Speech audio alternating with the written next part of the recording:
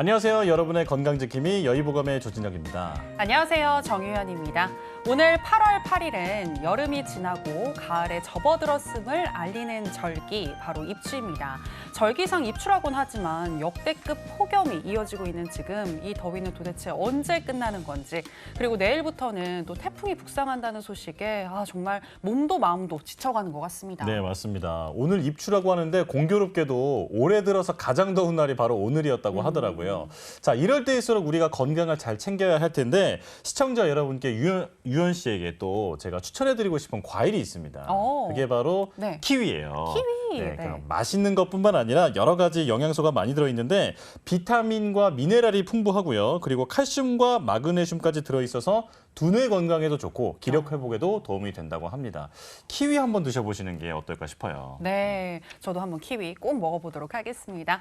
자, 여의보감 오늘도 힘차게 출발해 보도록 하겠습니다. 도움 말씀 주실 두 분의 원장님 모셨는데요. 먼저 화면으로 만나보시죠.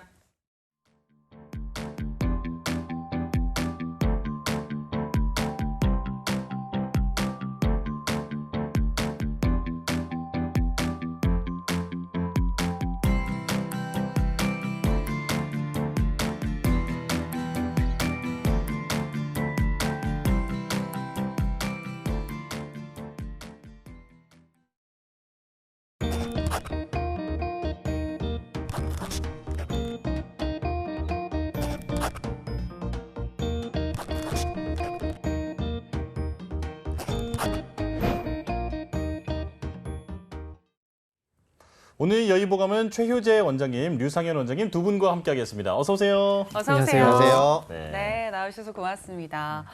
오늘 정말 너무 더웠죠. 네, 올 여름은 이 극강의 정말 폭염에 그리고 비에 정말 힘든 날이 계속되고 있는데요. 최 원장님께 궁금해요. 여름을 나는 좀 특별한 방법이 있으신지 궁금한데 좀 방법이 있으실까요? 방법이요? 네. 일단은 너무너무 더운 것 같아요. 네. 땀도 네네. 많이 나고 하는데 저는 방법을 딱 한 가지로 말씀드리자면은 태양을 좀 피하라 이렇게 얘기하고 싶습니다. 너무 네네. 심하니까. 그래서 이제 이렇게 더울 때는 태양을 너무 오랫동안 잠깐 쐬는 건 상관없습니다. 근데 너무 오랫동안 쐬면은 어떤 열사병이라든가 일사병 아니면 열탈진 이런 게 생길 수 있기 때문에 그런 거 좀 피해 주시는 게 좋고요. 예. 그다음에 아까 키위 얘기하셨잖아요. 네네. 근데 이제 오미자가 좋습니다. 오, 오미자가 네. 여름 음료로 이렇게 땀도 좀 막아주고 네네. 좀 기운도 나게 하는 효능이 있어서 이 오미자라는 약재를 추천을 하고요. 네. 그다음에 이제 한의원에서는 이제 뭐 인삼, 맥문동, 오미자가 들어간 뭐 생맥산이라는 약재들이 약간 네. 여름에 좀 기운을 나게 하는데 도움이 됩니다. 네.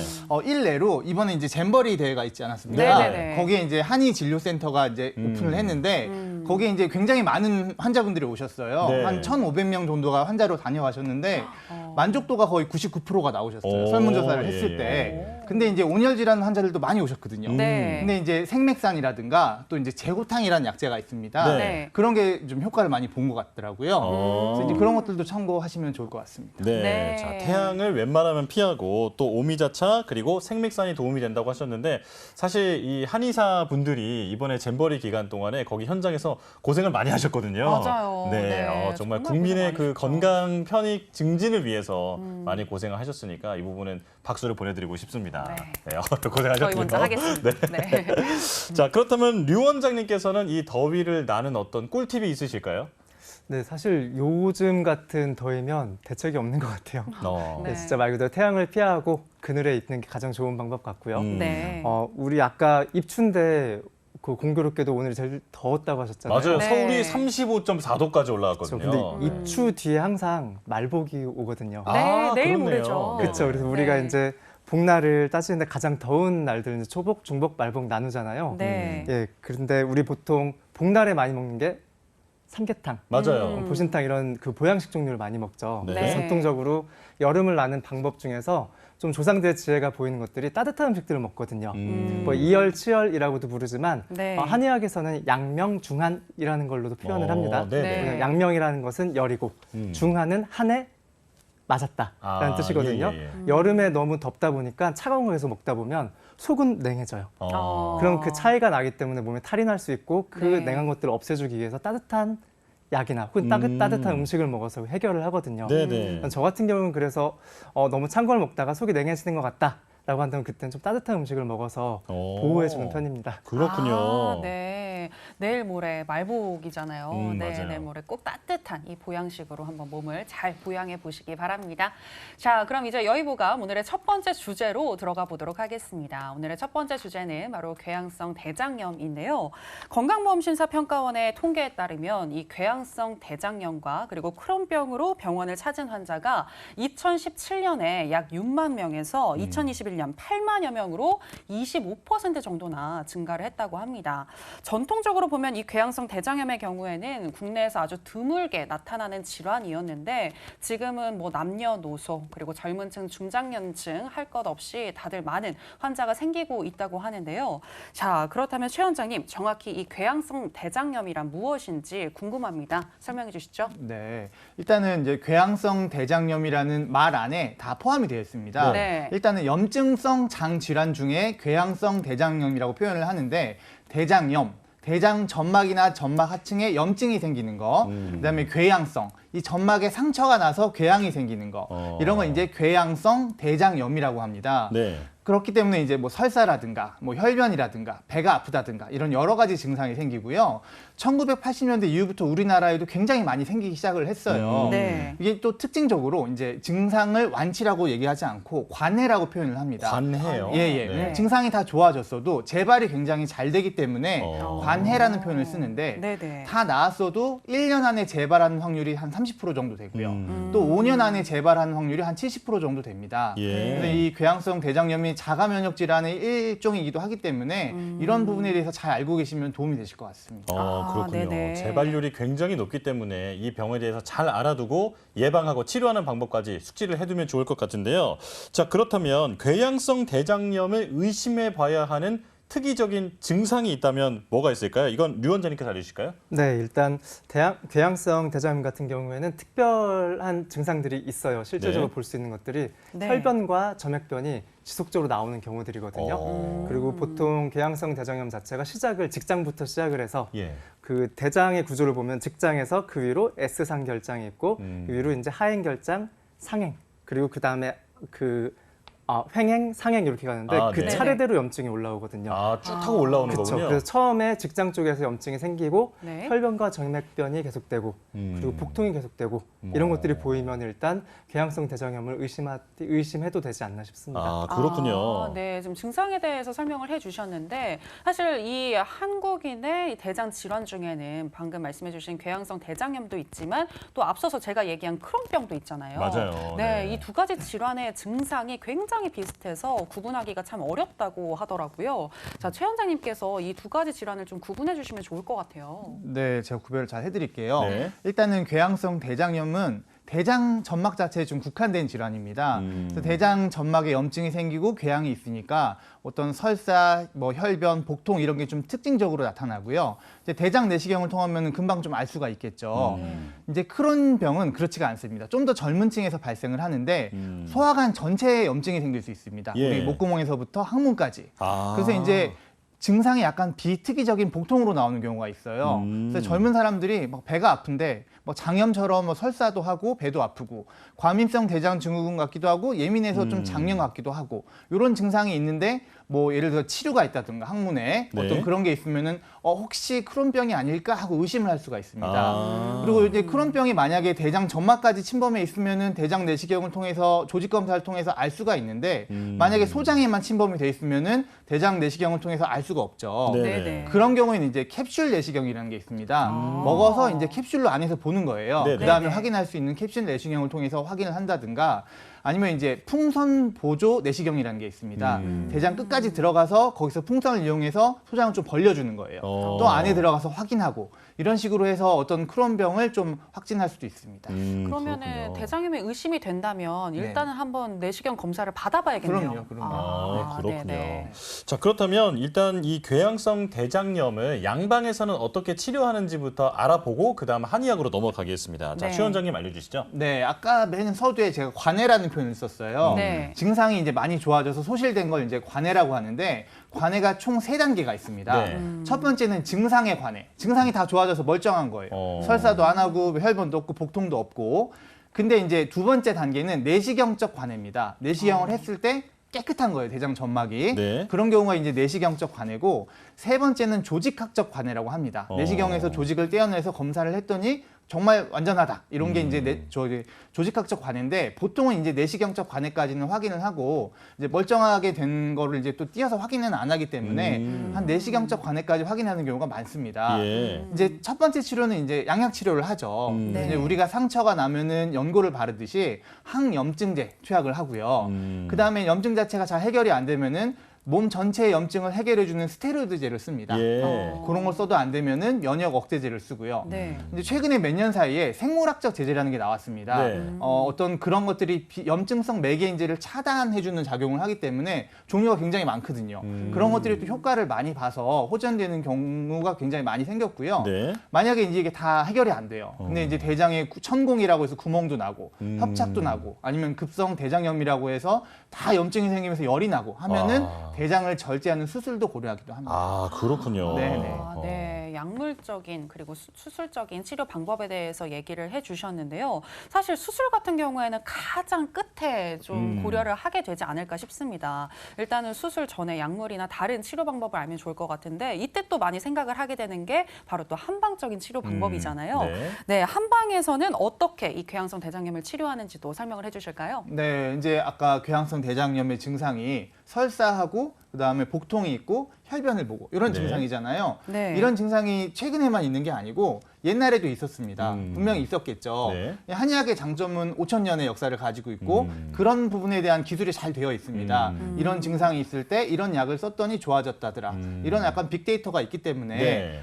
한의학에서도 이제 궤양성 대장염에 비슷한 증상을 가진 분류들이 있습니다. 네. 뭐 설사라든가 리질이라든가 장벽이라든가 이런 여러 가지 분류를 해놓고 거기에서 이제 좀 맞는 것을 찾아가는 과정을 좀 거치게 됩니다. 예를 들어서 이제 이런 말들이 많이 써 있어요. 뭐 화설이라는 표현을 하면은 뭐 적색의 끈적한 대변을 본다. 뭐 이런 표현을 한다든가 리질이라고 표현을 하면은 이제 궤양성 대장염이 염증이 생기기 때문에 고름 같은 변이 나오거든요. 네. 그래서 고름과 함께 피가 섞인 대변을 본다.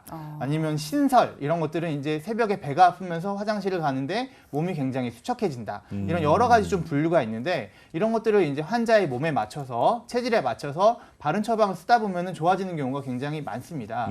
그리고 요새는 이제 그 한방 단독 치료를 하는 경우가 별로 없어요. 왜냐하면은 궤양성 대장염 진단을 받으시면은 거의 이제 양방에서 진단을 받으시고 양약 치료를 쭉 하시다가 이제 안 돼서 오시는 경우가 많거든요. 현실적으로. 네. 그런 경우에는 이제 양방 치료를 쭉 받으시던 분들은 같이 치료를 합니다. 아, 한 예. 양방 병용 치료를 하게 되고요.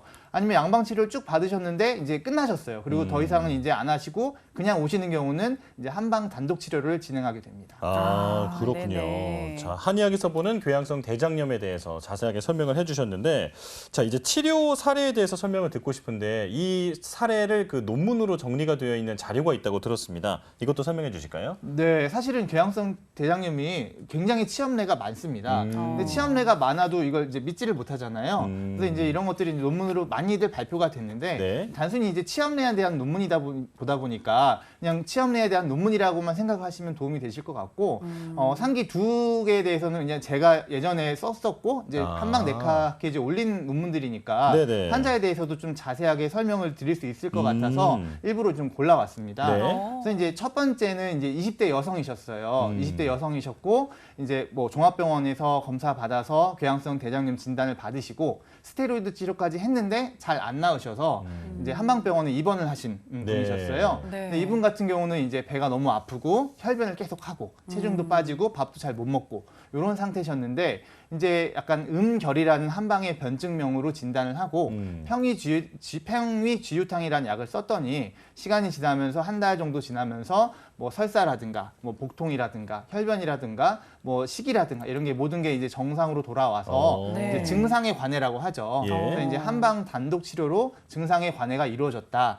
이렇게 보시면 될 것 같고요. 네네. 이제 두 번째 같은 경우는 이제 40대 남성이셨어요. 근데 이분 같은 경우는 건설 현장에서 일하시는 노동자분이셨는데 에너지가 굉장히 필요한데 궤양성 대장염 진단을 받고 마찬가지로 스테로이드 치료까지 하시다가 안 돼서 입원을 하신 분이셨는데 이분 같은 경우는 뭐만 먹어도 다 무조건 설사하시는 분이에요. 야, 그래서 예. 드실 수 있는 게 미음밖에 없었어요. 어. 그리고 먹으면 혈변까지 계속 보시다 보니까 피를 너무 많이 흘리셔서 뭐 빈혈이라든가 체중 감소 이런 게 심하셔서 5kg 이상 저하가 되시고. 근데 이분 같은 경우는 특징적으로 아무것도 먹으면 다 설사를 하시는데 만두, 부추가 들어간 만두를 드시는 건 괜찮으시더라고요. 그래요? 너무너무 네네. 신기해서 보통 네. 밀가루 먹으면 탈이 나시거든요. 네네. 네네. 근데 그 증상과 함께 신설이라고 해서 새벽에 배가 아프면서 화장실 가는 증상이 있습니다. 그래서 이제 신허 증상인데 부추가 또 하는 작용이 신허를 보충해 줍니다. 아. 남자들 정력이 좋다고도 얘기를 하잖아요. 네네. 네. 그래서 거기에 맞춘 처방 조중 건비안이라는 처방을 썼더니 갑자기 막 좋아지기 시작하시는 거예요. 그래서 이제 결국에는 다 증상이 좋아지셨고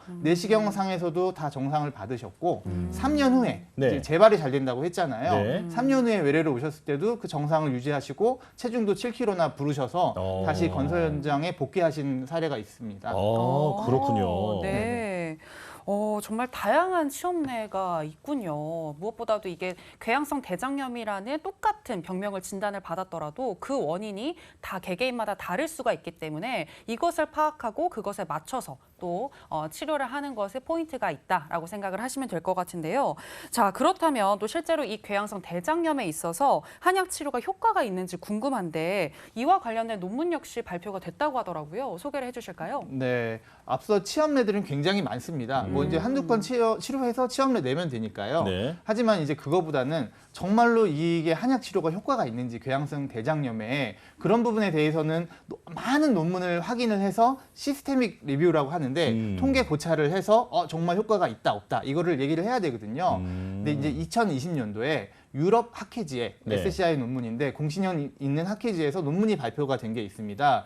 이게 이제 한국 논문을 참고로 한 게 아니라 미국이라든가 영국, 뭐 이스라엘, 스페인 여러 가지 나라의 논문을 다 취합을 해서 예. 과연 한약을 병용을 했을 때 효과가 있는지 요거를 좀 논한 시스테믹 그 논문 고찰인데요. 네. 한 1,800명 정도의 환자를 대상으로 이제 양약 투여도 하고 한약 투여도 했을 때 과연 어느 정도 효과가 있는지를 확인한 논문입니다. 네네. 그 경우를 봤을 때 증상의 관해가 된 게 양약 병용을 한 경우에 한 26% 정도 훨씬 더 좋았다. 이런 결과가 있고요. 네. 그 다음에 이제 항상 관해가 중요한 게 아니라 재발률이 중요하거든요. 네네. 재발이 잘 되니까. 근데 이제 그 재발이 안 되는 상황을 유지하는 거 이런 것들이 한 66% 정도 훨씬 좋았다. 이런 결과가 있습니다. 그래서 이제 이 논문은 사실은 한약 치료가 최고다 이런 건 아니고 네네. 양약 치료를 하는 기본 안에서 한약 치료를 병행했을 때 훨씬 효과가 좋았다. 그래서 이제 궤양성 대장염도 한방 치료를 고려해 볼 만하다. 뭐 수술하는 것보단 낫잖아요. 뭐 네네. 대장 그렇죠, 절제술 맞아요. 뭐 하기 전에 충분히 선택할 수 있는 선택지가 되겠다. 이런 논문이라고 볼 수 있겠습니다. 그렇군요. 네. 자, 궤양성 대장염의 한의학적 치료가 효과가 있다라는 것들을 지금 설명을 해주셨는데요. 자, 그렇다면 마지막으로 이 장 건강을 위해서 우리가 평소에 지켜야 할 수칙을 좀 알아두면 좋을 것 같은데 이 부분은 류 원장님께서 알려주시죠. 네, 알겠습니다. 일단 장 건강을 위해서는 사실 제일 중요한 거는 평소에 내 건강을 파악할 수 있어야 돼요. 네. 그래서 변을 보고 나서 변 상태가 어떤지, 혹시 피가 섞여 나왔는지, 점액변이 너무 심한지, 아니면 너무 급하게 계속 가게 되는지 이런 것들 확인하는 게 일단 중요하겠고요. 네. 네. 그다음에 이제 보고 났을 때 느낌이 좀 안 좋고 힘들다 하는 경우에는 좀 안 좋은 변일 수 있기 때문에 그것도 한번 챙겨 보셔야 될 것 같아요. 원장님 그 대변 상태라는 게 네. 이게 뭐 어떤 변이 괜찮은 거예요? 그냥 우리 흔히 얘기하는 황금변. 황금변. 그렇죠. 근데 뭐 설사 같은 걸 한다라고 해서 무조건 안 좋은 건 아니고요. 아, 그래요? 네. 하고 났을 때 개운하고 좋다 하는 거는 오히려 몸에서 배설을 해내는 경우도 있어요. 근데 예. 보통 병으로 생기는 병리 증상으로서의 설사는 하고 나면 계속 힘들고 계속 더 하게 되거든요. 네, 그런 걸로 네. 구분할 수 있습니다. 아, 네. 그리고 이제 두 번째는 이제 제일 중요한 거긴 한데 요새는 다들 잘 먹는 시대잖아요. 네, 그래서 네. 뭘 좋은 걸 많이 먹겠다라는 생각보다는 무엇을 안 먹어야 좋은지 특히 대장 건강에서는 가장 중요한 것 중에 하나가 카페인을 많이 드시면 안 돼요. 아, 그래요? 그래요? 네, 뭐 네네. 기호식품이긴 하지만 나한테 잘 안 맞는 것 같다. 난 커피만 마시면은 좀 쏟는다 하시는 분들은 카페인 좀 줄이시는 것도 방법이 되겠고요. 네, 네. 네. 혹시 카페인만 먹으면 잠이 잘 안 온다라고 네. 하시는 분도 카페인이 잘 안 맞는 건가요? 그렇죠. 아. 이제 모든 그런 약품도 그렇고 식품도 그렇고 성분들은 몸에서 수용기들을 다 가지고 있는데 유난히 좀 강하게 받아들이는 분들이 있어요. 그런 네네네. 경우는 좀 조심을 해야겠죠. 예. 근데 네네. 그런 경우도 사실 몸이 좀 건강해지고 좋아지고 나면은 좀 그런 것들 좀 무뎌지는 경우도 많이 있습니다. 예. 그렇군요. 그리고 네. 또 식사 일지를 작성하는 내용도 있네요. 아, 그건 너무 좋죠.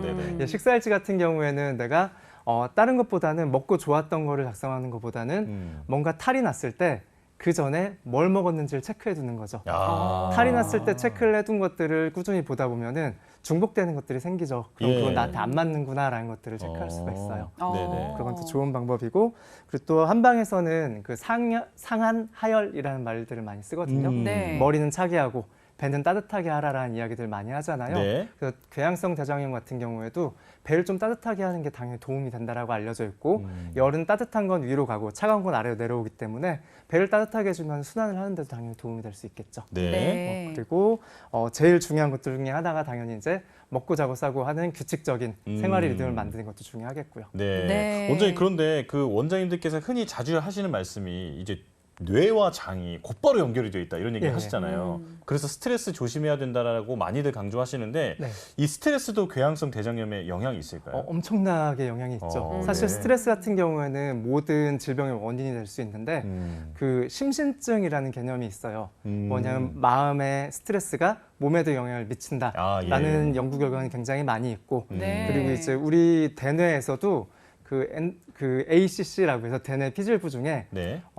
신체적인 고통을 느끼는 대뇌 부위하고 정신적인 스트레스에 대한 고통을 느끼는 부위가 똑같이 위치해 있거든요. 네. 그래요. 무슨 얘기냐면 몸에 그 스트레스 때문에 받는 그런 통증들이 몸에 분명히 영향을 미칠 수 있고, 당연히 모든 스트레스는 모든 병의 원인이 될 수 있습니다. 네네. 네, 정말 스트레스는 만병의 원인인 것 같은데 최대한 받지 않도록 노력하시는 게 좋을 것 같습니다. 자, 오늘은 이렇게 궤양성 대장염에 대해서 이야기를 나눠봤는데요. 주요한 내용들 저희가 다시 한번 정리해봤습니다. 만나보시죠.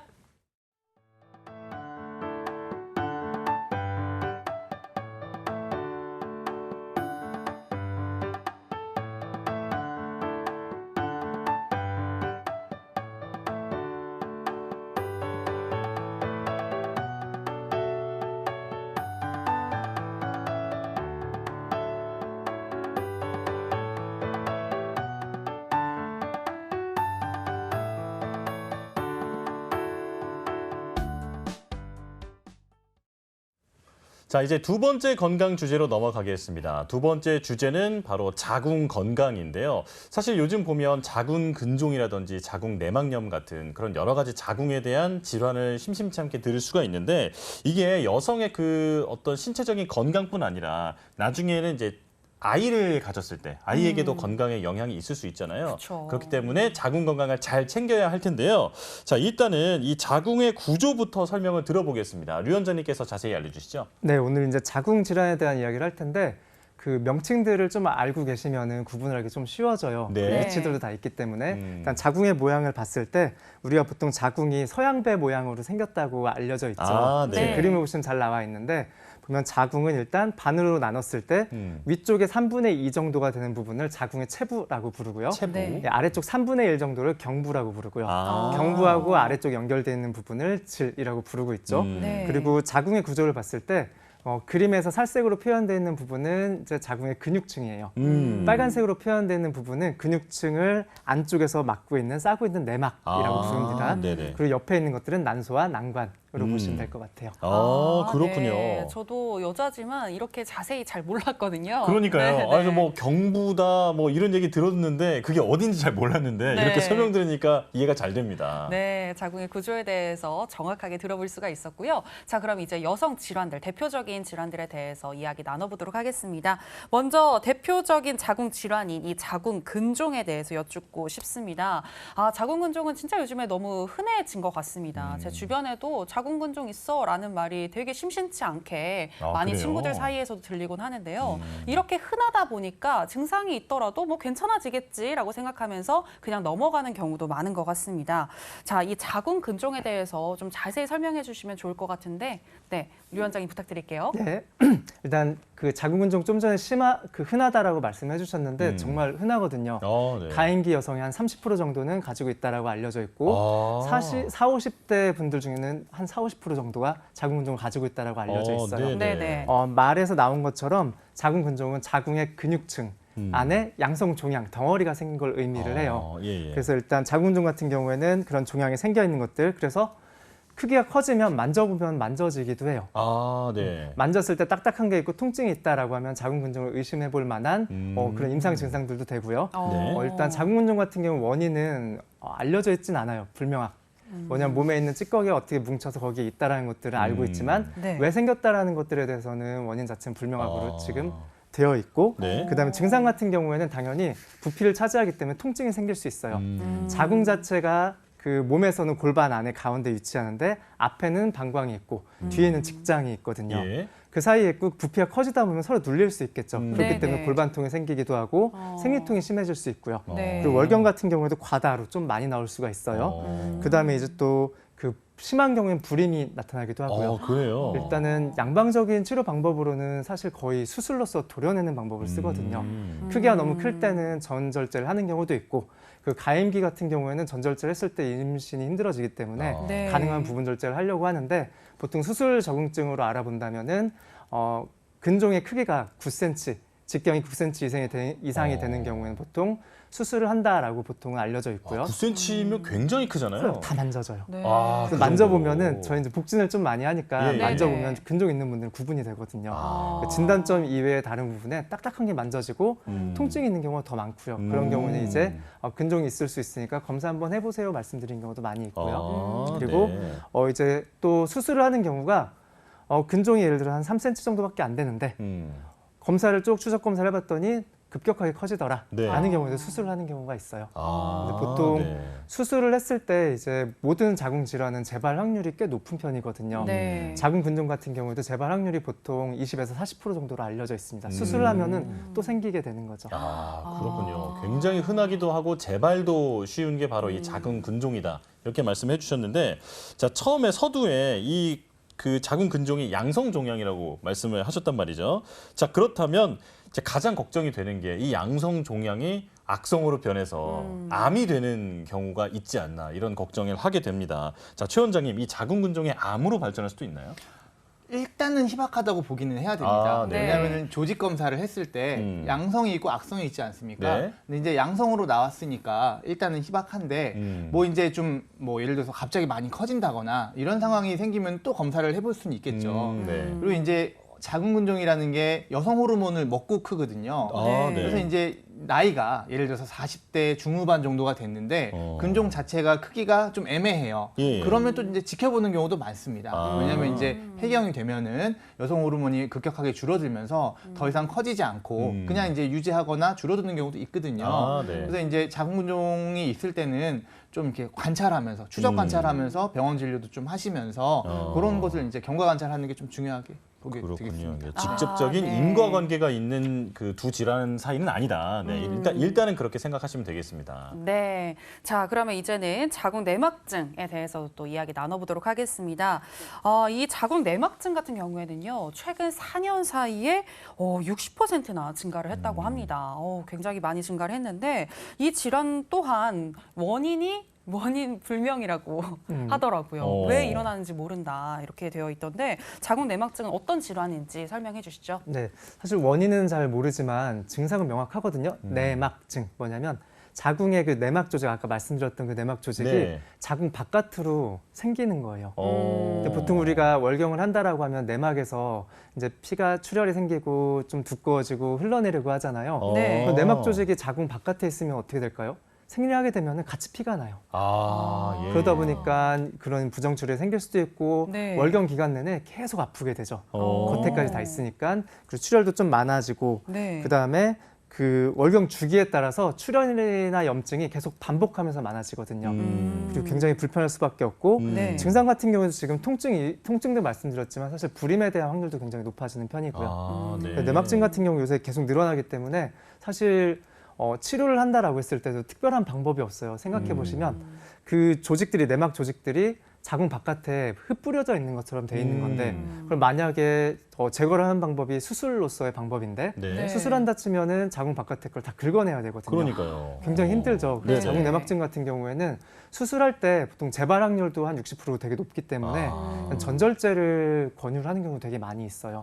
전체를 다 드러내는 드러낸다는 거예요? 거죠. 그렇죠. 어이구. 왜냐하면은 깔끔하게 없애기도 힘들고 재발 확률도 너무 높기 때문에 어. 그런 경우는 사실 방법이 없어서 전절제를 하는 경우도 있죠. 그렇군요. 원장님 이것도 네. 혹시 흔한 질병인가요? 요새는 점점 늘어나고 있고요. 어. 그리고 이제 그 원인이 아까 불명확이라고 하긴 했는데 사실 너무 많아지니까 여러 네. 가지 설들이 있어요. 가설들. 예. 그러니까 내막 조직이 자궁 바깥으로 흘러갔다가 음. 바깥에 붙어서 살아남은 것들이 증상을 나타내지 않느냐라는 이야기들도 있는데 사실 이제 명확한 건 아니고 네네. 너무 많기 때문에 문제가 많이 되고 있다. 사실 근데 좀 월경 난감하죠. 전후로 배변이 이상이 생긴다고 하던데 그거는 뭔가요? 그럴 수 있죠. 왜냐면은 네. 배변에서도 또 피가 나오는 경우도 있어요. 물론 거기 다 통해 있는 건 아니지만 조직이 여기저기 흩뿌려져 있기 때문에 피가 좀 날 수 있고 네네. 통증도 심해질 수 있고 그런 혈변뿐만 아니라 그런 변에서도 안 좋은 증상이 나타날 수가 있어요. 예, 자 시간이 많이 흘러서 좀 속도감 있게 진행을 해보겠습니다. 자 이제 다음 질병은 자궁 선근증 발음도 좀 어려운데요. 자궁 선근증은 또 40, 50대 여성분들한테 많이 발생한다고 들었는데 자 이건 어떤 질병인가요? 네, 요거 같은 경우도 일단 내막이 어딘가에 있다라는 거는 같은데 네. 이제 이 내막이 자궁 근육층에 들어가 있는 건 선근증이라고 선근증. 불러요. 선근증. 이걸 자궁 선종이라고도 부르는데요. 네. 가끔 착각하시고 자궁 선근종이라고 부르는 분들도 있어요. 아, 근데 명확한 명칭은 예. 선근증이 맞고요. 네. 이런 경우에도 내막 조직 자체가 근육층에서 비정상적으로 커지기 때문에 일단 부피가 좀 만져지는 경우도 있고 그리고 안쪽에 내막 조직이 많아졌기 때문에 월경을 할 때 내막 조직이 많아졌다는 얘기는 뭔가 피가 훨씬 많이 나올 수 있죠. 네. 그러다 보니까 선근증 같은 경우는 빈혈이 나타나는 경우도 있어요. 월경을 했을 때 너무 피가 많이 나와서 피가 모자라서 빈혈이 일어날 수도 있다라는 것도 특징적인 하나의 증상들이 될 수 있고요. 예. 네. 당연히 부피가 커지니까 통증도 또 많이 생길 수 있죠. 생리통도 생길 수 있고 골반통이나 복통 당연히 생길 수 있고요. 선근증 같은 경우에도 치료를 한다라고 할 때는 거의 수술적인 방법이 있고요. 네. 마찬가지로 재발 확률이 높은 편이라서 한 30에서 40% 정도를 재발 확률로 보고 있습니다. 그렇군요. 수술을 하고 났을 때도. 예. 네, 지금 대표적인 여성 질환들에 대해서 살펴보고 있는데 이번에는 다낭성 난소 증후군에 대해서 알아보도록 하겠습니다. 이 질환은 남성 호르몬 분비가 증가하면서 생기는 질환이다라고 해서 굉장히 인상이 깊었는데요. 이번에는 최 원장님께서 설명을 해주시죠. 네, 이 다낭성 난소증후군도 굉장히 좀 많이 발생하고 있습니다. 네. 호르몬 교란에 의해서 생기고 남성 호르몬이 과다하게 했을 때 생길 수 있는데 뭐 이제 남성 호르몬 과다로 인해서 뭐 약간 다모증이라든가 여드름이라든가 또 좀 비만한 사람들이 많이 생긴다고 되어 있는데 요새는 마른 사람들도 되게 많이 생기고 있어요. 네. 다낭성이란 말이 미성숙한 낭포가 많다 이런 뜻이거든요.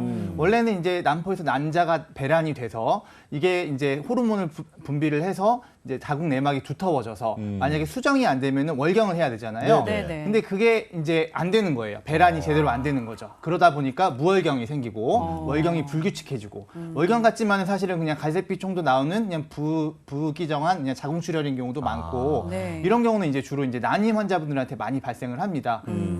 이제 임신이 안 돼서 왔어요 해분 검사해 보면 나오는 경우가 있거든요. 네. 이런 것들은 이제 호르몬 교란하고 관련이 있다. 이 정도만 좀 알고 계시면 도움이 될 것 같습니다. 그렇군요. 네. 자, 다양한 자궁 질환에 대해서 설명을 듣고 있는데 지금 거의 공통적으로 재발도 흔하고 또 그리고 원인도 불분명해서 참 답답하겠다라는 생각이 들거든요. 자, 한의학에서는 이 자궁 질환을 어떻게 보고 있는지 설명해 주시죠, 류 원장님. 네, 일단 그 관점을 바꾸면 오히려 조금 편안하게 볼 수 있는 경우들도 많이 있거든요. 네. 자궁 질환 같은 네. 경우에도 한방적으로는 굉장히 명확하게 큰 카테고리 안에서 이해할 수 있는 방법이 있는데 어혈이라는 말 들어보셨죠? 어혈? 네네. 피가 어혈- 뭉친 거죠? 그렇죠. 네. 어혈로서 구분을 하는데 예를 들면 우리가 아까 말씀드렸던 온갖 자궁 질환들, 자궁 선근증이나 근종이나 내막증 이런 것들 전부 다 찌꺼기로 보거든요. 네. 어혈이라는 거는 우리 몸에 들어있는 독소, 그 찌꺼기, 배출되지 않고 남아있는 것들인데 그 한방에서 그 통즉 불통, 불통즉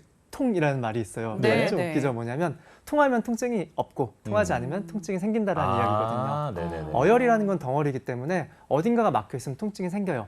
자궁에 어혈이 많이 쌓여 있으면은 우리 몸에서는 다양하게 나타날 수 있는 증상들이 뭐 근종, 선근증, 내막증, 다낭성 난소 증후군 이렇게 나타날 수 있지만 몸에서 생각했을 때는 그 어혈이나 찌꺼기들이 배출되지 않고 어딘가에 머물러 있는 걸로 해석을 하게 되죠. 보통 원인을 본다라고 했을 때는 전체적인 카테고리로서는 어혈로 본다. 네네. 이렇게 생각하시면 될 것 같고요. 예. 네.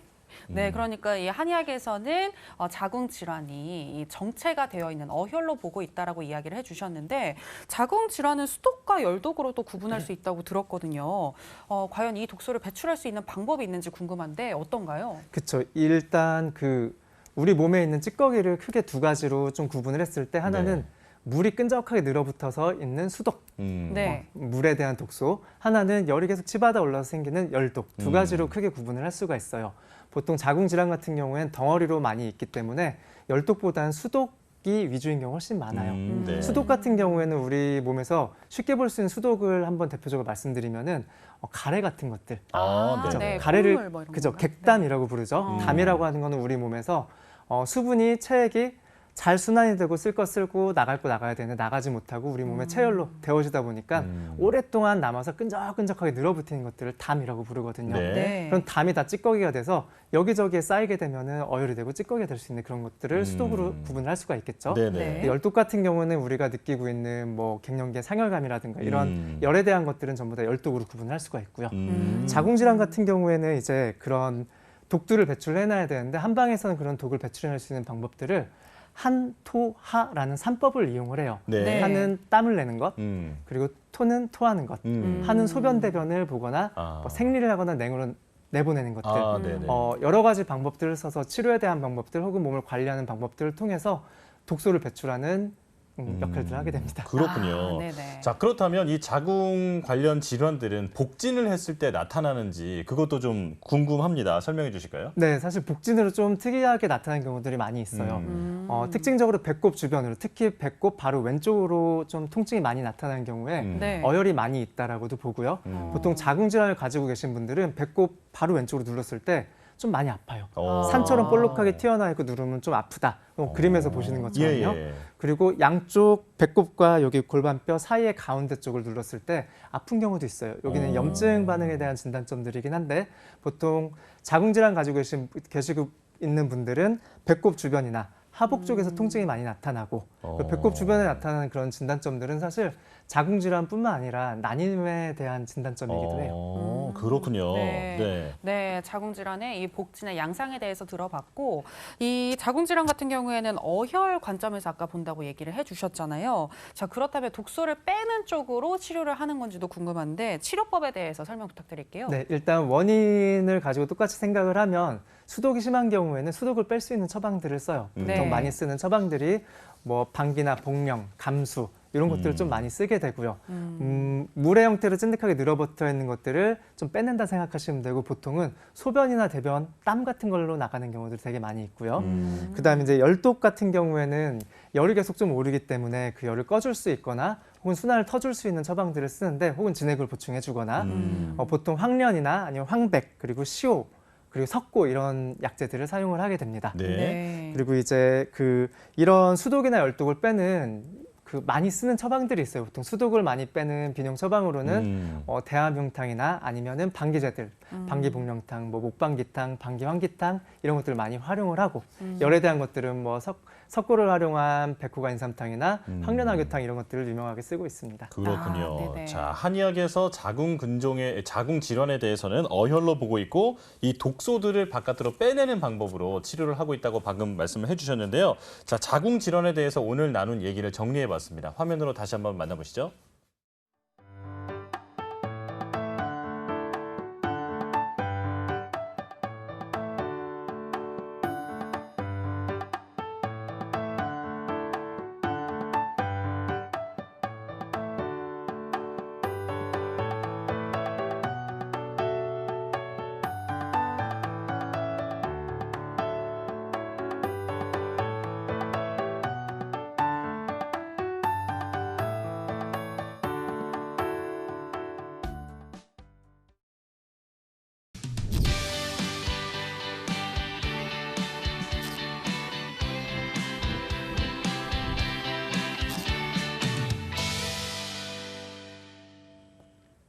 한의학에 대한 궁금증을 시원하게 풀어드리는 코너 무엇이든 물어보감입니다. 네, 자 한약재 중에서는 우리가 예전부터 아주 귀하다고 생각하는 약재들이 있는데 그 중에서도 으뜸, 말 그대로 없어서 못 먹는 이것이 있었습니다. 자 주제부터 만나보실까요?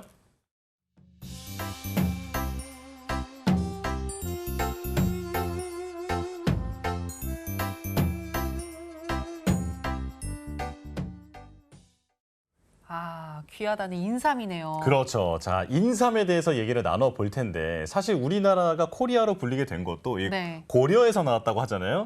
고려 인삼이 유명하잖아요. 그쵸. 무역하다가 이 고려를 고려하다 코리아가 됐다는 얘기가 있거든요. 아, 네. 그만큼 이제 인삼이 우리나라에서 아주 중요한 약재라고 볼 수 있는데 자세하게 한번 알아보겠습니다. 자, 일단 한약재제에 인삼이 들어가는 경우가 많은데 류 원장님, 이 한약에서 인삼이 무슨 역할을 하는 건가요? 네, 뭐 가장 알려진 역할로는 다들 잘 아실 거예요.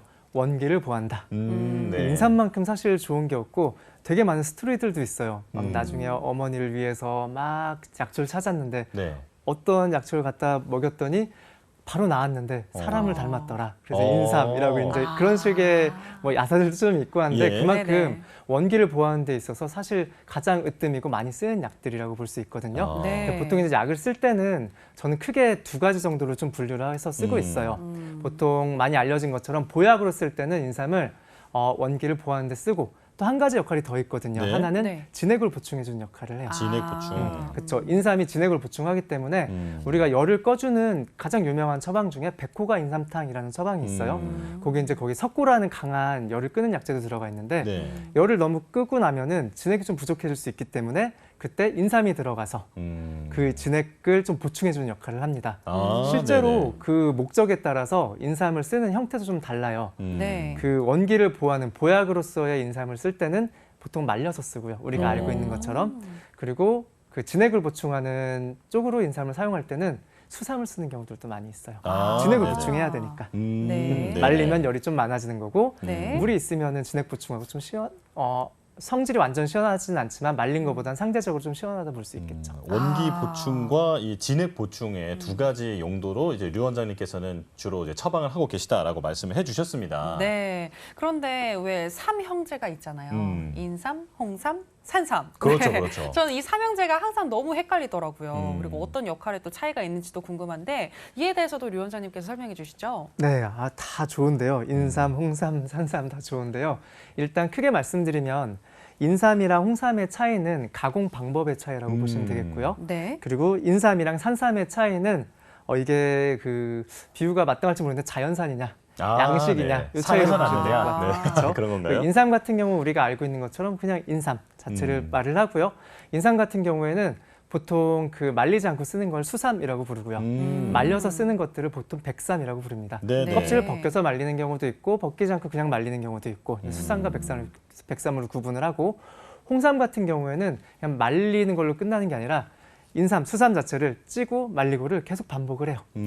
반복을 하다 보면 점점 인삼이 끈적끈적해지고 약간의 탄성을 갖게 되는데 색깔도 붉게 변하거든요. 예. 그 홍삼이라고 부르고 그 홍삼을 더 많이 찌고 말리면은 9번 이상 구중구포한다고 하는데 여러 번 찌고 말리면은 색깔이 까매지기 시작해요. 그 흑삼이라고 부릅니다. 아, 네네네. 산삼 같은 경우에는 우리가 알고 있는 머릿속에 있는 산삼은 산에서 자연적으로 나타나는 제비가 어디서 인삼 씨앗을 물고 날아다니다가 산 어딘가에 변을 봤는데 거기에 들어있던 인삼 씨앗이 100년 동안 막 자라서 네네네. 나타난 그런 엄청나게 비싸고 좋은 삼을 우린 천종삼이라고 불러요. 천종삼. 천종삼은 워낙 찾기도 힘들고 귀하기 때문에 네. 우리는 장례삼이라는 거 들어보셨죠? 아, 네. 네. 장례삼도 사실 산삼의 종류긴 하는데 장례삼은 산삼이나 인삼의 씨앗을 사람이 이제 뿌리죠. 파종을 해서 산에 뿌린 다음에 거기서 거두는 것들을 장례삼으로 구분을 합니다. 아, 그렇군요. 뭐가 됐든 다 좋은 거네요. 그러니까요. 자, 뭔가 이 약초계의 명태가 아닐까 싶을 정도로 이름이 아주 다양한 게 바로 인삼이라는 생각이 드는데, 자, 이번엔 최 원장님께 질문을 드릴게요. 자, 인삼이 우리가 흔히 알기에도 좀 뭔가 체질에 따라서 좀 약효가 있을 수도 있고 오히려 독이 될 수도 있다, 뭐 이런 생각을 갖고 있는데 어떤가요? 이게 이제 한의원에서 진료를 하다 보면요. 한약을 지으러 오시는 환자분들이 미리 말씀을 하시는 경우가 있어요. 원장님, 저는 삼이 안 맞으니까 꼭 삼은 빼주세요. 이렇게 말씀을 하시거든요. 네네네. 그런 분들은 한번 크게 좀 탈이 나셨던 분들인 경우가 많습니다. 일반적으로 좀 기운이 많이 없고 특정한 상황에서는 얼마든지 이제 인삼을 써도 되는데 인삼을 되게 장복한다. 이럴 때는 좀 체질에 맞게, 몸 상태에 맞게 좀 약을 써야 되거든요. 네. 근데 굉장히 몸에 체열이 많으시고 더위도 잘 타시고 얼굴로 안면 홍조도 있으시고 머리도 아프시고 뭐 이러신 분들이 인삼이나 홍삼을 너무 장복하게 되면은 네. 이제 조갑증이 생기고 뭐 고혈압이나 이런 여러 가지 증상이 생길 수 있어요. 예, 예. 그래서 이제 그런 것들을 몸 상태에 맞춰서 좀 써야 되는 게 있고 또 하나는 이제 인삼이나 홍삼이 약간 혈전 용의 역할을 합니다. 피를 좀 묽게 하면서 순환을 도와주거든요. 예. 네. 그래서 이제 심장이나 뇌혈관에 문제가 있으신 분들이 와파린이나 뭐 클로피도그렐이라는 혈전 용의제를 쓰는 경우가 있어요. 그런 분들은 인삼 용량을 조절을 해야 되거든요. 네. 그런 분들은 이제 함부로 홍삼 같은 것도 많이 드시면 안 되겠죠. 그런 것들을 그렇군요. 참고해야 됩니다. 네. 네. 자, 당연히 어떤 약이든 약이 될 수도 있고 독이 될 수도 있기 때문에 한의사의 전문적인 처방을 받아서 복용을 하시는 걸 추천을 드리겠고요.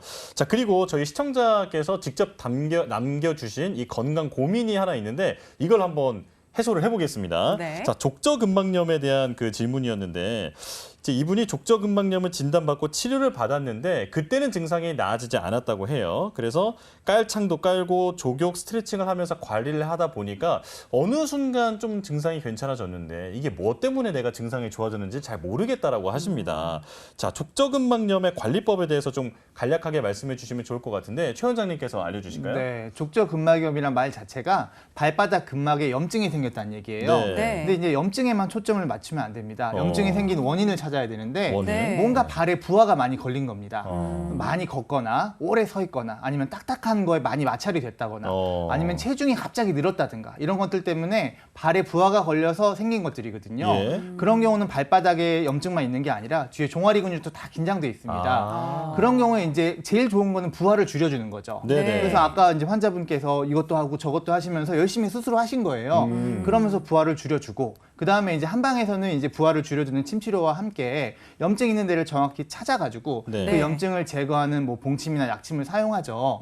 그러면 이제 치료가 잘 되는 경우가 많은데 너무 염증에만 집중을 해서 거기만 해결하려고 하면은 오히려 치료가 잘 안 되는 경우가 많습니다. 그래서 이제 환자분께서는 잘하고 계시네요. 이렇게 하시면서 네. 또 안 되면 또 치료 병행하시면 됩니다. 그렇군요. 네. 가장 중요한 거는 이 발의 부하를 줄여주는 게 중요하다라는 거 기억하시면 될 것 같고요. 앞서 지금 이렇게 댓글로 문의사항을 보내주신 이 시청자님처럼 혹시 궁금한 사항이 있다라고 하시는 분들은 여의보감 너튜브 커뮤니티 채널에 들어가셔서 댓글로 궁금한 점을 남겨주시면 되겠습니다. 저희가 대신해서 원장님들께 질문을 드리고 여러분들의 궁금증을 풀어드리도록 하겠습니다. 네. 많은 참여 부탁드릴게요. 자, 여의보감 오늘 준비한 소식은 여기까지입니다. 저희는 내일 이 시간 더 알찬 건강 정보와 함께 돌아오겠습니다. 함께해 주신 여러분 고맙습니다.